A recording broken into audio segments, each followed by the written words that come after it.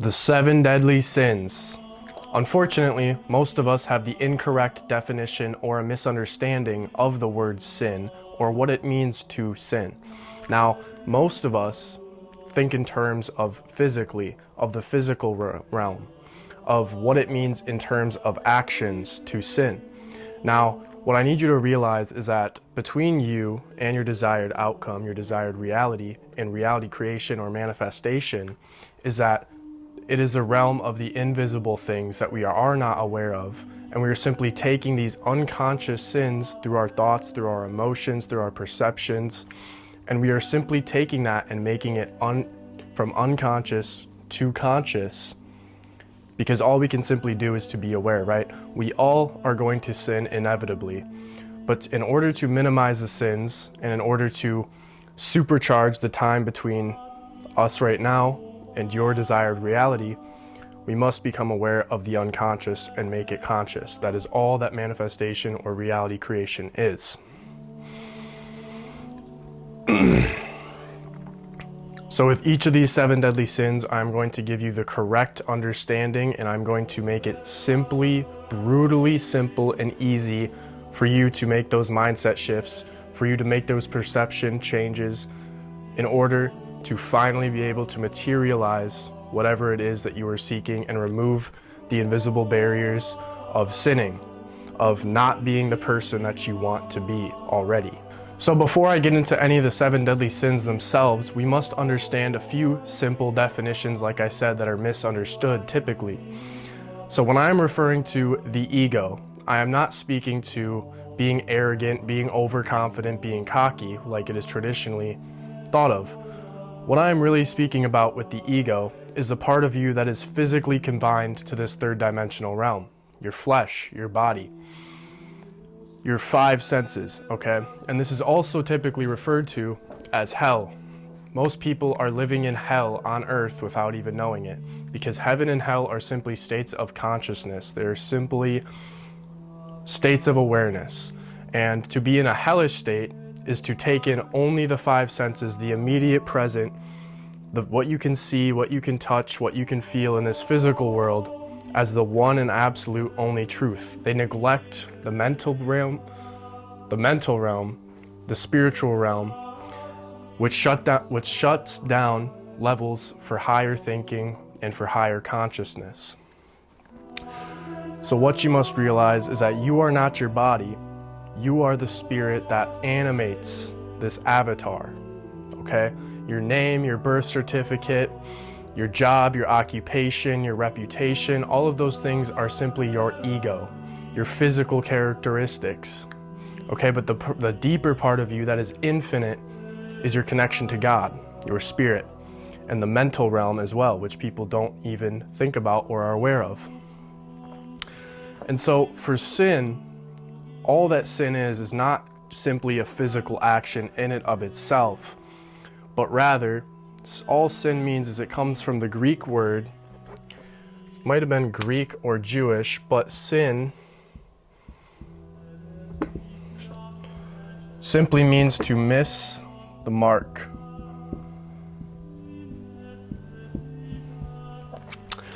What does it mean to miss the mark? In the realm of psychology, we know that there is cognitive dissonance, meaning that you are at one spot now and you have an ideal self that you would like to be, the reality that you would like to fulfill, a wish you would like to realize or fulfill, physically expressed, right? And so to miss the mark, to sin, is to be misinterpreting, misunderstanding, and using your imagination and assuming that you are not that person that you want to be. Put it simply, to sin is to act and be the person that is not ideal, that is not what you want to be in any particular way. So I need you to understand that. Now, also with sin is also the separation from God. What does this actually mean?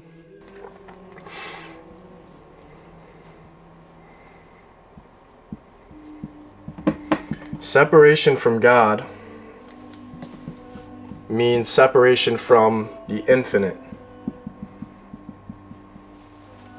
like we said earlier, so if you're separated from God, from the infinite intelligence, from God himself, this simply means that we're taking in the five physical senses to this ego, like we just discussed, to be the one and only reality, which means you cannot have faith, you cannot have trust in a higher power, in a God above you, if you are simply confined and only thinking in terms of what you can see and what is visible.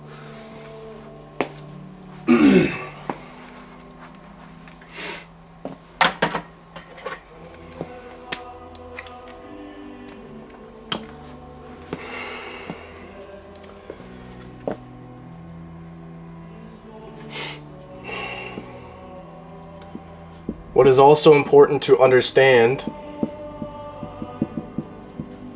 is that at all times you are using your imagination, consciously or unconsciously. You are using your imagination, and you are also always assuming something in this current moment. Okay, so I need you to think about this. If you are imagining bad scenarios, negative scenarios for your life, and imagining that you aren't the person that you want to be currently, that is a sin. It is a sin to not trust in God, because he is all-knowing and all-powerful and puts those desires in you for a reason, because it is possible. Now, when you are assuming or using your imagination for the worst-case scenario, for poverty, for unfitness, for anything negative or bad, that is a sin, because you are not actively using your imagination, using your assumptions for your highest self, your truest self.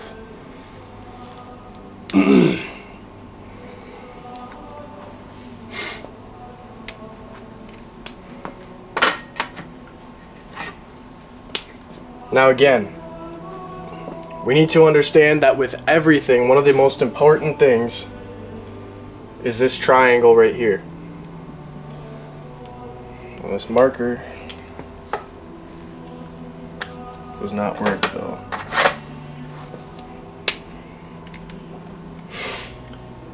So we must understand that there is always think, feel,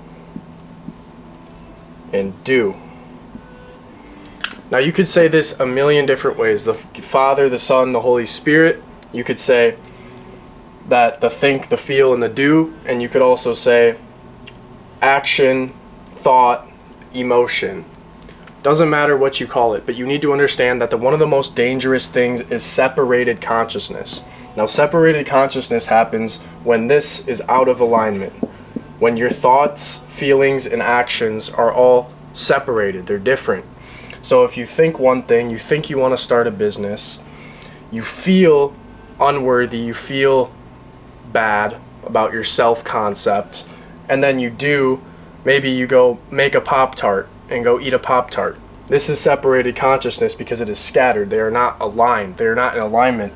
You must align your thoughts, your emotions, and your actions all simultaneously on one truer, righteous ideal that is truly worthy. It is also a sin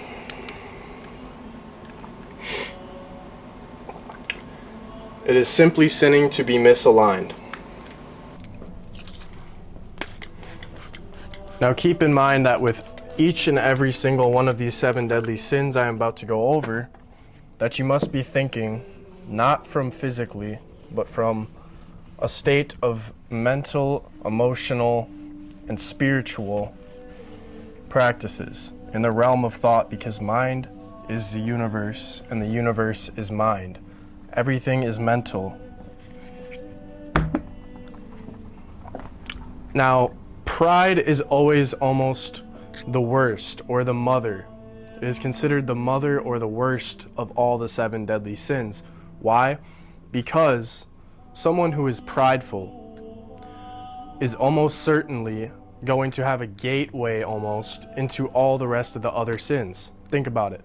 If you're prideful, in and of itself, you think that you are better, that you are special, that you are more worthy, and that your ego, your flesh, your body, the part of you confined, like we already said, is above God himself. And so if you don't have God in your life, or you think you are even better than God, then you're going to think that you are better than other creations of God, than other people, than other spirits, than other children of God, and you are going to also be more susceptible to the other ones, because if you are better than other people, then rules don't apply to you. Then you can be lustful and you can look at people as objects. Then you can be greedy because other people aren't as important and all of the wealth and material deserves to you. You feel like you deserve more than others and you aren't serving God. You will be gluttonous because you think that you need more and more and more, and other people aren't worthy of those things.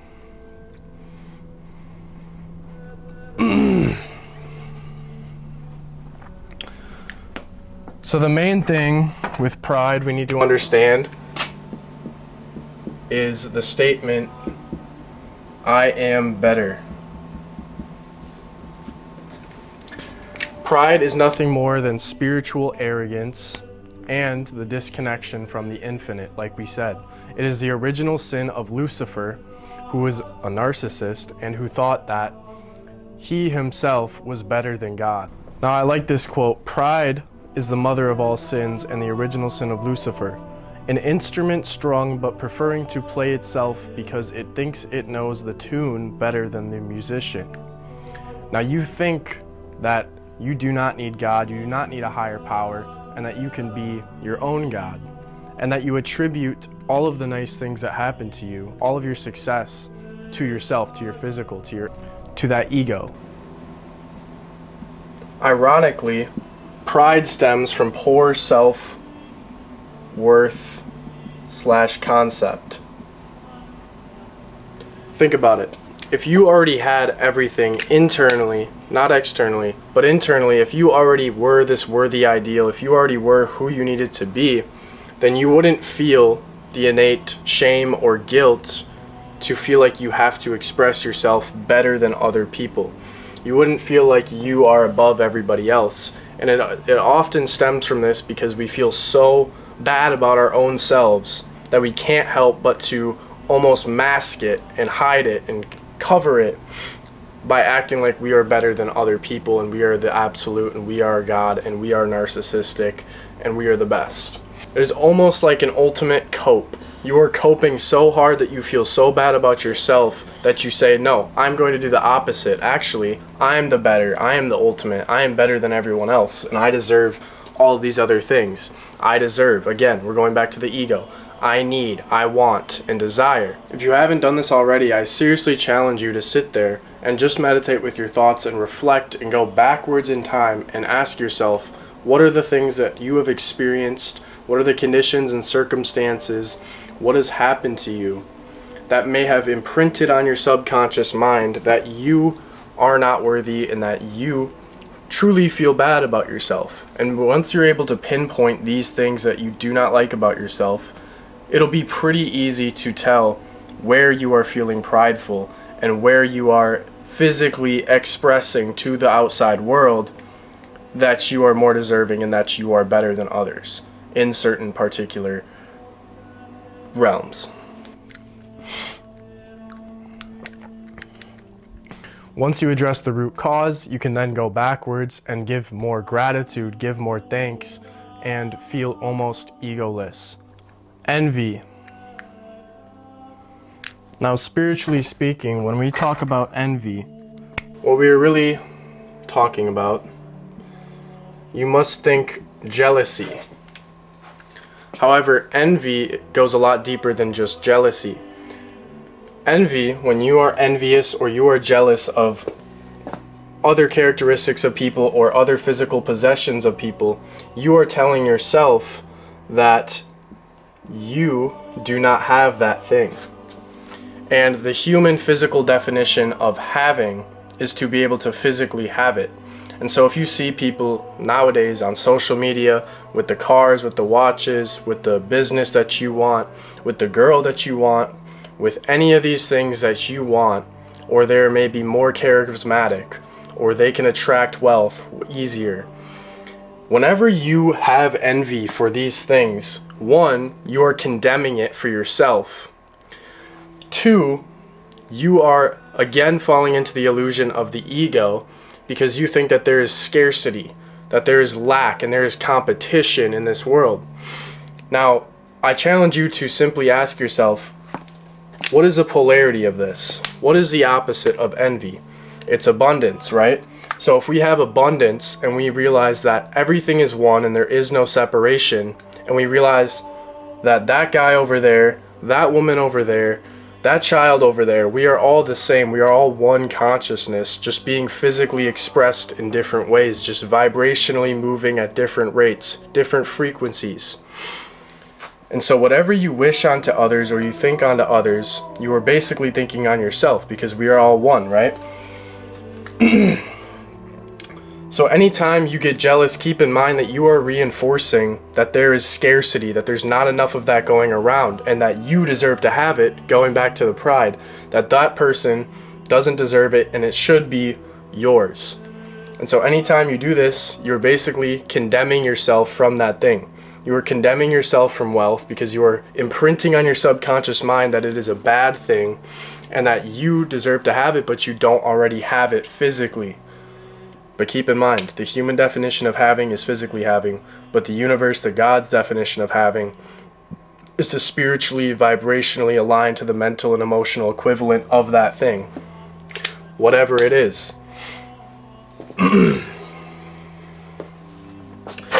Another big component of envy I need you to understand is the idea of alien goals.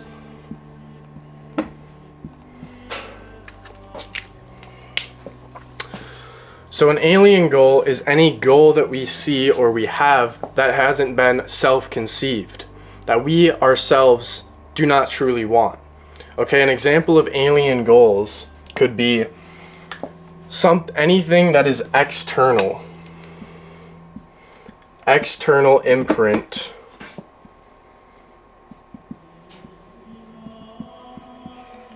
not self-conceived, but something that has been impressed upon you that you do not truly desire, okay? When you see people chasing other goals because they saw it on TV, they saw it on social media, it's not actually their own goal. It's not their own truly righteous, worthy ideal for the expression of themselves and the expression of God. Rather, it is just simply, I want it because this other person has it. It is that ego again, that lower self, that monkey brain seeing that and saying, I want this because other people have it, or because I thought it would be cool and this would make me happy. But you should realize this, you will never truly be fulfilled by chasing other people's accomplishments or their goals. So realize whenever you plant a goal inside of your mind, ask yourself, truly ask yourself, because I've had to do this many times, is this truly what I want? Is this truly a real desire implanted by God into me, or is it someone else's gateway or someone else's door to enter?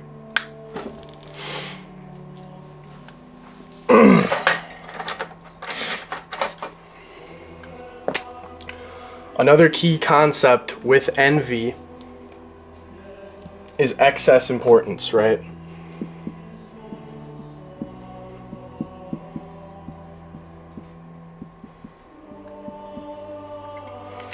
Now, spiritually speaking, when we place excess importance on something, on material, or even a characteristic or character trait, when we see something that we don't have, that other people have, and we place excess importance, meaning that that thing has ultimate power and it controls us vibrationally, it means that we are basically, again, condemning, and we are creating a gap because we are saying, I don't have.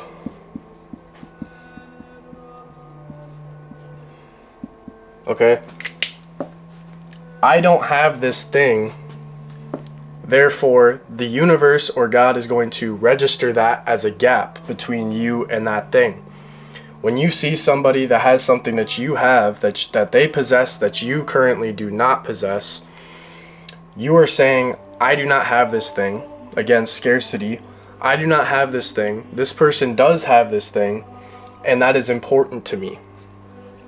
Therefore, it's going to register that the gap between you and the thing is so wide that you're never going to actually get it. But if you are able to look at those things, realize that you can possess it, that is just a different version of you.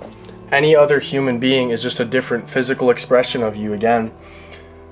Realize that is simply a version of you that does have that thing, and you realize how truly abundant that really is. So when you look at other people that have something, instead of getting jealous and envious immediately with the primal brain, we rejoice in their success.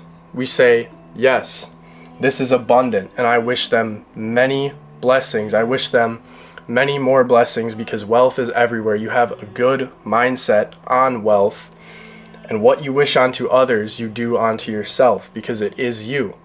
And so when you rejoice and you bless and you are truly, truly happy for other people, it is easier to open up blessings for yourself, because that is you, just physically expressed different. So whenever you declare that you do not have that thing, you are creating a even larger gap that is going to be registered as you not having. So to fix this, you simply have to mentally declare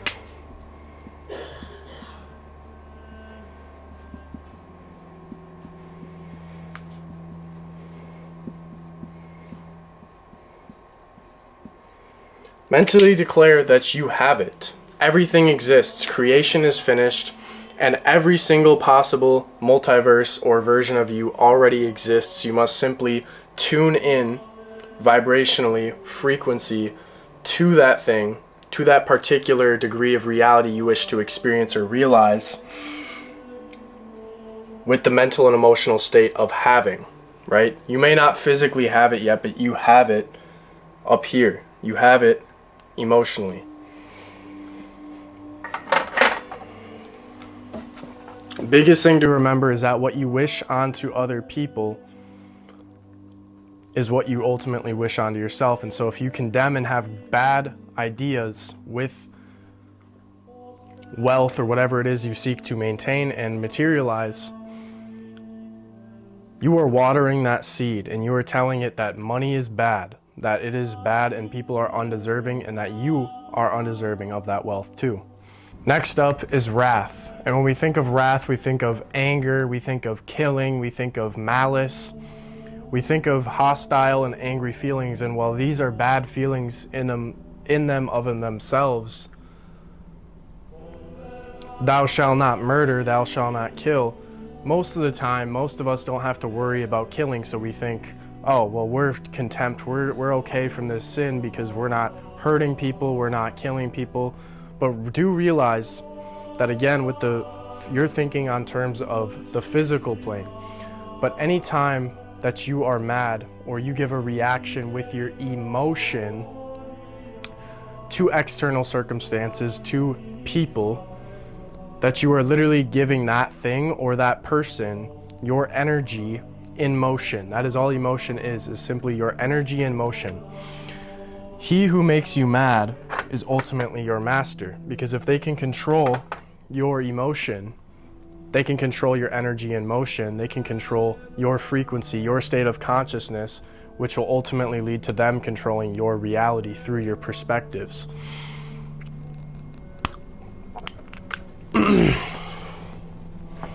And now what you need to understand is a simple concept. I didn't self-coin this term. Pendulums, okay? And this could be neutral. Remember in reality creation that everything that happens externally is just a mirror of you internally. And so if you are having anger or you're having bad reactions from other people, you must simply look at it as neutral. The goal for everything with wrath is to look at everything from a neutral perspective. Nothing is good, nothing is bad. And when we realize that you are a master, if you can truly master this skill of being neutral and not looking at things as good or bad or subject to polarity, which is just opposites, hot and cold, masculine and feminine, good and evil, and if you can look at things as just simply the same united oneness, but just vibrating at different rates, you will ultimately have power, because you will not be giving your emotion to those things. You hear this all the time in business. Don't get too high with the highs and don't get too low with the lows. Because chances are, if you're celebrating and you're all successful and feel happy after you've just had a big day in your business, chances are when you have a low, then you're going to be brought down with that low. But the goal is to stay neutral, stay in the middle. You're the same way. You're calm with the wins and you're also calm with the lows or the losses. Okay?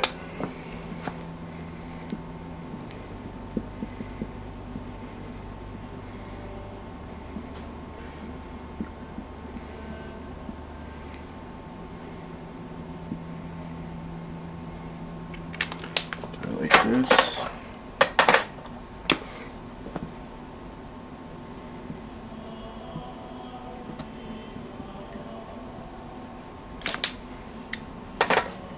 And ultimately, if you are giving your reactions to external people or circumstances, you are simply giving them it is simply a lack of discipline on your part to be faithful and to be grounded and to be neutral.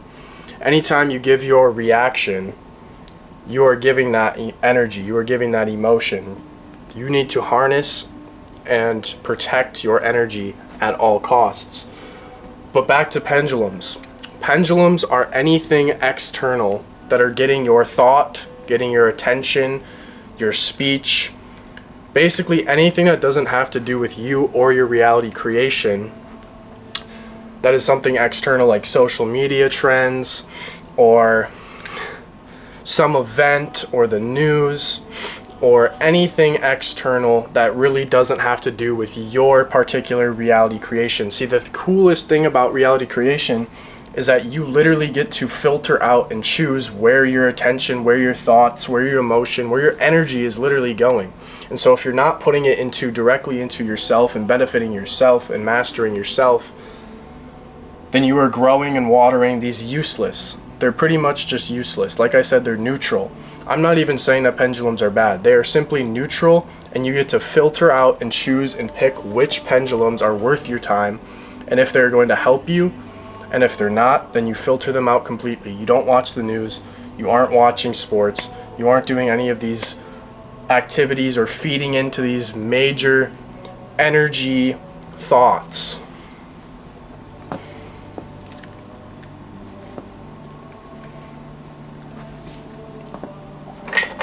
The last thing that you need to understand about wrath is the simple law of cause and effect. Okay? The cause, the shout, and the effect, the echo. The cause, throwing a stone. The effect, the ripple in the pond. The cause, the fire. The effect, the smoke. Everything in nature, scientifically and metaphysically, is always going to be a cause and effect. And what you need to understand is that the cause is your inner consciousness, your inner self-being, and your own self-concept. And the effect is your external circumstances, your external conditions, your external events, the people that are talking to you. And so any particular degree of unhappiness or negative feelings that are coming out of you is directly caused by your own thoughts, by your own mind.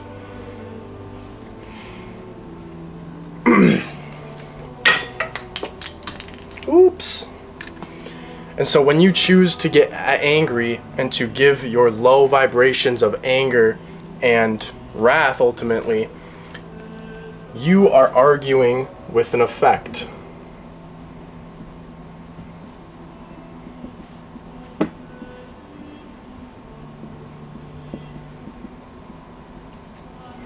And it sounds silly when you really think about it. If something external is happening and you are giving it your energy and you are reacting with anger, then you are simply just arguing with the effect instead of addressing and analyzing and really thinking deeper with the mental and spiritual plane. How did I manifest this? How is this happening? Why am I experiencing this right now? It's because of the cause internally. See, with perception, you can perceptualize anything. If someone says something nasty or something that you don't like, and you instantly go to the primal brain and you instantly react and you give that emotion, you instantly give all of that to them, You aren't thinking with the higher levels. You aren't thinking of, how am I perceiving this? How are the many ways I could perceive this? Because if you change your perception, then the thing changes. If you change it and think, oh, this is just because they might have said that, but that's just what they think. They don't actually know who I am or what is actually going on. That's their perspective, their perception of it. So you must have that inner stillness, that inner calm, that inner peace to understand that you directly created that effect, or anything with your reality that is going wrong. That is your effect. You can't argue with an effect. You can only address the cause and then start fixing the cause and making the causes and improving those bottlenecks. Guys, let me know down in the comments if you made it to this point in the video. I would appreciate it. This is a brand new setup for 2026, and I am very excited to start making a lot more of these types of videos. This style, let me know down in the comments if you like this style, if it's engaging. Just give me that feedback. I would appreciate it a lot. Love you. Okay, so next up we have sloth. And now traditionally, again, when we think of sloth physically, we think of laziness, right? But what sloth actually is much more and much deeper than laziness. You could be constantly studying and taking physical action all day on the business. You could be doing a lot of work and studying and even doing research on all of this, even just by watching this video itself. But remember that spirituality without practicality, without taking action, is vanity, and it goes vice versa. Being just physical and just taking actions on the physical realm is also vanity. To be just working out for the physical body but not practicing the spirituality is for vanity, and vice versa. So spiritually, when we think about this, if we are researching, if we are procrastinating all day long and we are just doing these tasks for our business that are low leverage and we're just watching YouTube videos and doing all of these things, it is basically what we call imposter syndrome.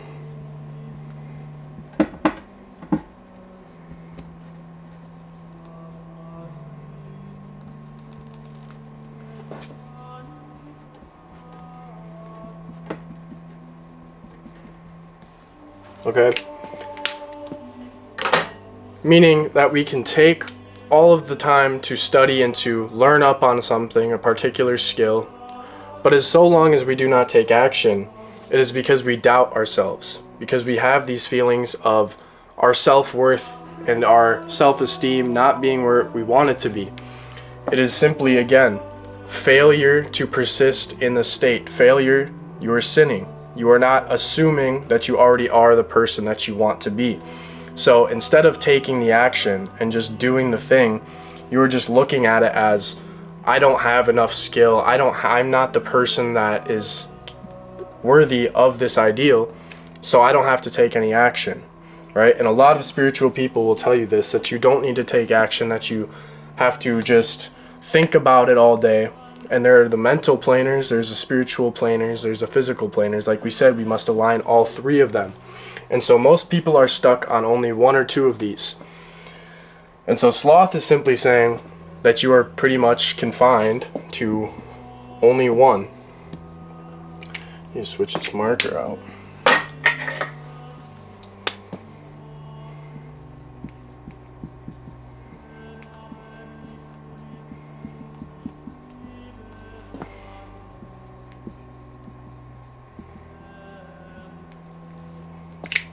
Okay.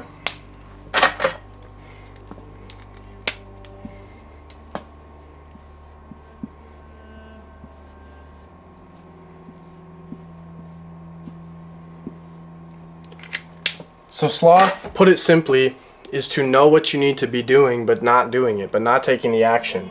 Okay, more specifically, I'm not even just talking about the just physical planners that are just grinding, that are just working all day. I'm more so speaking to the people who just think about the thing all day, to the people who just pray to God all day about what they want, but they take no form of physical action. This is indolence, which simply means laziness, to just spiritual laziness, okay? And there are 5 steps to this. Number 1, you might have a spiritual awakening and feel that you are ordered to God, that you are ordered for a greater purpose or calling, which is great. You feel that greater calling, but then what happens is you feel like this is too much, that it is too heavy, that these things are too far away, and that you're not already that person. There's so much gap in between. And then the effort feels so heavy that you feel sorry. You have the feeling of sorrow, and which ultimately leads to avoidance. And when you're avoiding what God is ordering the soul to do, you will feel sloth, because you will just feel like you need to just think about it or pray about it and not take any action, because it is too much work. It is simply too heavy to handle, and it's too much for your imagination to conceive.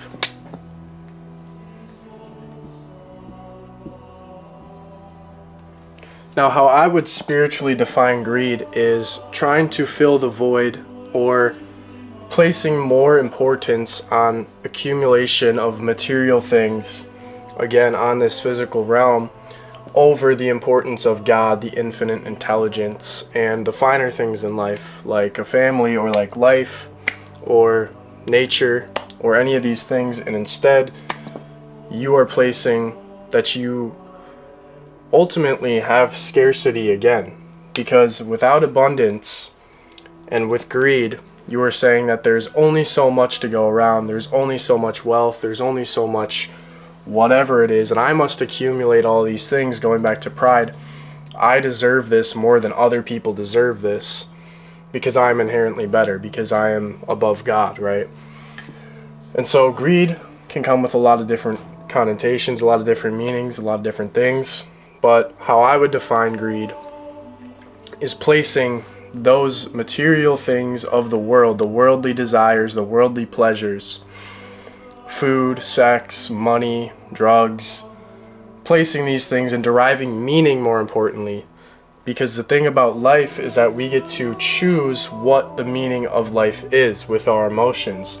And so when you are choosing something that is low vibrational, you are choosing material, you're choosing worldly desires, and deriving your own self-worth and your own self-meaning from these things. And so if you think about it, how can it make sense if the lowest form of frequency is the materialization, is the material world? So if your self-worth is tied to the physical,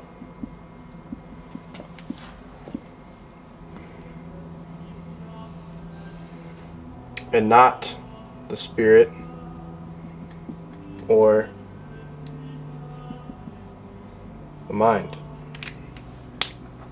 Again, you are not setting enough time up for yourself to be spiritually free, to have time for God, to make time for that inner stillness and that inner peace, and instead you are in fight or flight mode, with your brain waves literally emitting beta waves, where you are stressed out and you are literally in fight or flight mode, trying so hard to accumulate and hoard and stash all of these material things, because you feel that your self-worth, that your ego, and how you appear physically to other people is more important than your own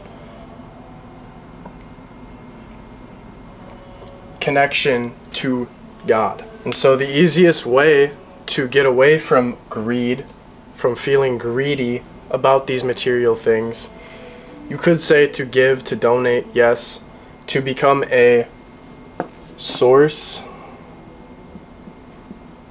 instead of a seeker, and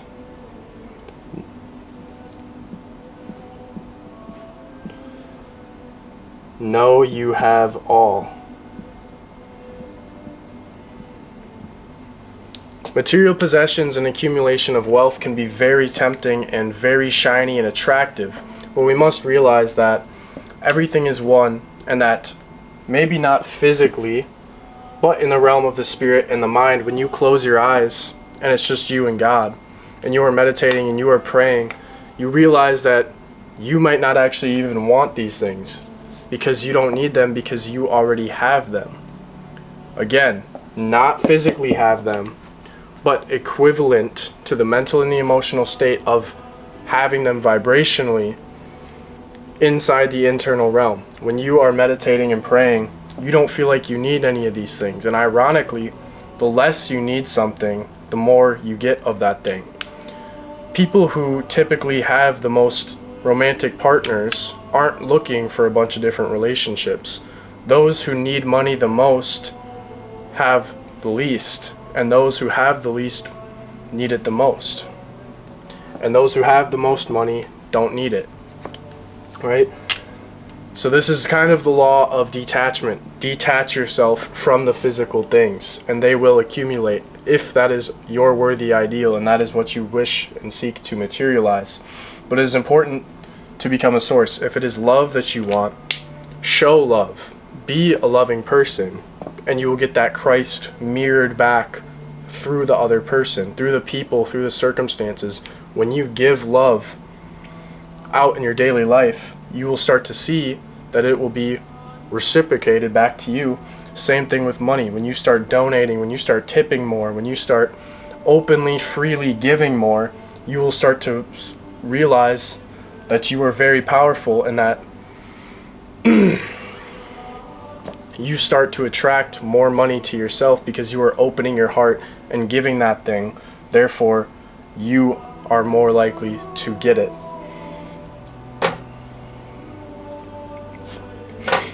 Fuck. Gluttony. What do we think about when we think about gluttony? Typically, again, we typically attribute gluttony with the overindulgence of pleasure, or typically food, right? To be fat, to be gluttonous.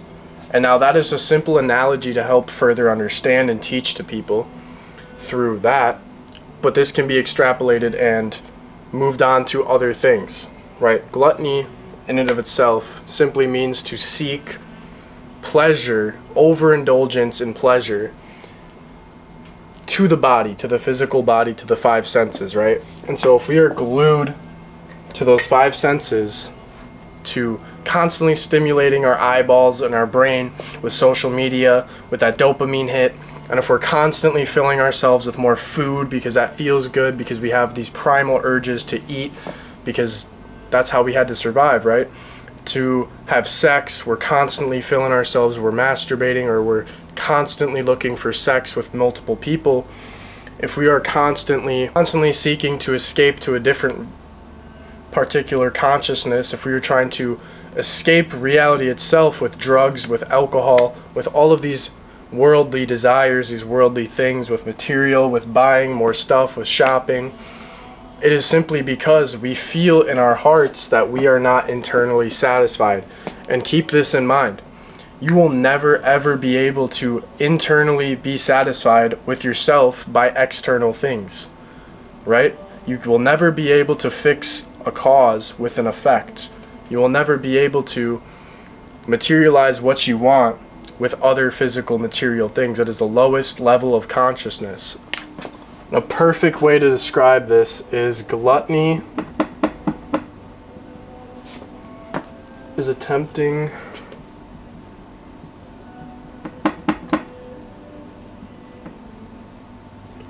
to fill the soul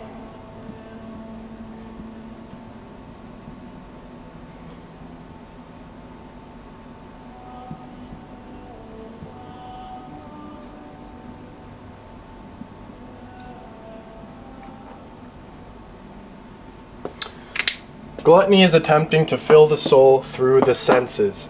Again, when you are constantly trying to feel like a certain way, because the only reason that you do these things, the reason why you are seeking to have more pleasure with sex, with drugs, with food, with social media or stimuli, the only reason you are doing this is because you don't feel internally the way that you think those things will make you feel. And once you get those things, it makes you feel good, pleasure, shortly, but then you go right back down to baseline. You feel like shit, and then you have to do the cycle all over, but it'll never ever lead to internal satisfaction. The only way you will ever feel that internal satisfaction is to grow your relationship with Christ, to actually simply practice stillness. If I had to say one practicality thing, is to make time to do nothing multiple times a day. So simply, the way to fix gluttony in your life, which might seem hard at first, but bear in mind, this is what is meant when we say you do a lot more and get a lot more done by doing less. You might think that that sounds ridiculous. You've heard that before, but this is why. You must spend more time internally than externally.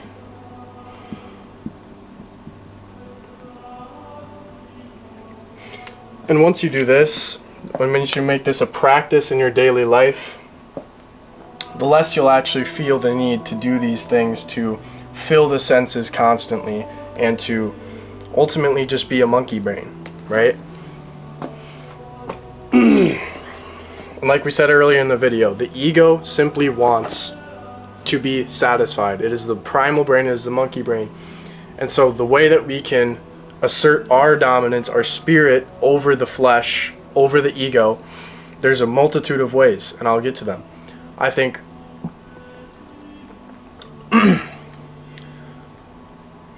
we have a primal desire to eat and to have food. So the way to starve that is to simply fast. Fast for spirituality, fast to assert that dominance, that you have that desire to eat, that you're hungry, but you choose that you have the power and you submit it to your will, to your spirit. We have a primal urge since we were born to cry. As babies, we cry for attention.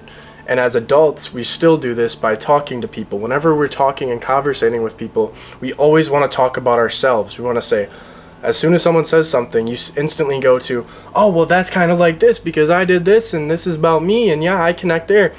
The way to starve this to be heard is through silence. And not even silence, but ask the other person about themselves. Instead of talking about yourself the whole time, simply be entertained and engage and ask them about themselves. This is the easiest way to be the most interesting person, is to ask them about themselves and genuinely be interested in what the other person has to say. And then meditation and stillness comes from the basic primal desire to always be doing something, to have that stimulation that we crave so badly. If we want to be on our phones, we want to be on our laptops, we want to be watching TV, we want to be doing something, it's so hard to be bored. But become more bored by engaging in this practice of spending more time internally than externally. And it's going to be hard your first couple of times because your instincts are going to be telling you, just open your eyes, just open your eyes, just open your mouth. And you're going to want to stop, but you must submit dominance over and break the flesh by saying no. 5 more minutes, 10 more minutes, complete. Which leads us to our last sin, lust.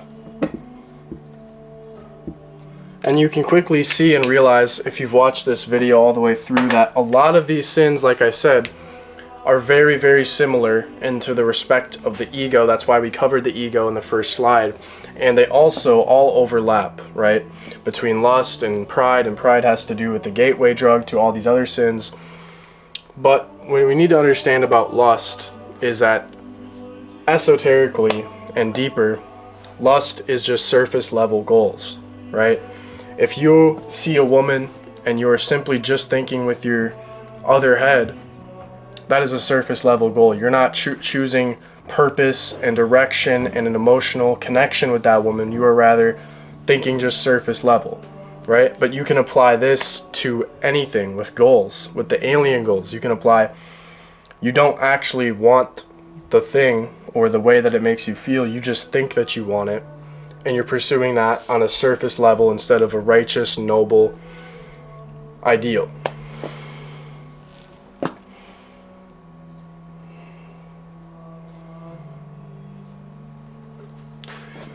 What we need to understand with lust also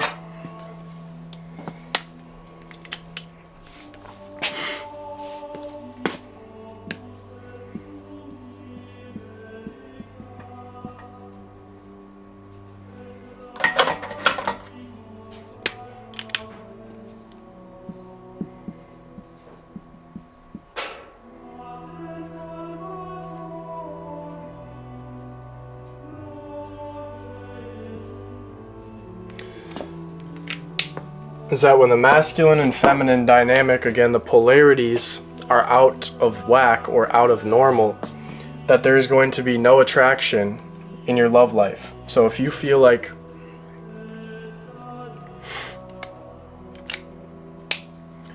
you are giving into lust, you are giving into the sexual lust of other women and constantly looking at porn or anything else to that matter, is that you are going to eventually break and give your life force, give your seed to other things, to other women, right? Which is going to ultimately lead to you not chasing your purpose, because as a man, and the masculine imperative is your purpose, your journey, your vision, that stillness, that groundedness, that father figure, right? And so anytime that you are breaking that, you are showing that you are spiritually weak, and you are also showing that you are needy, and it's going to become almost the opposite, where you are slowly going to become feminine, and she is going to become masculine, which can never work out with the polarities. But what we need to understand about lust is that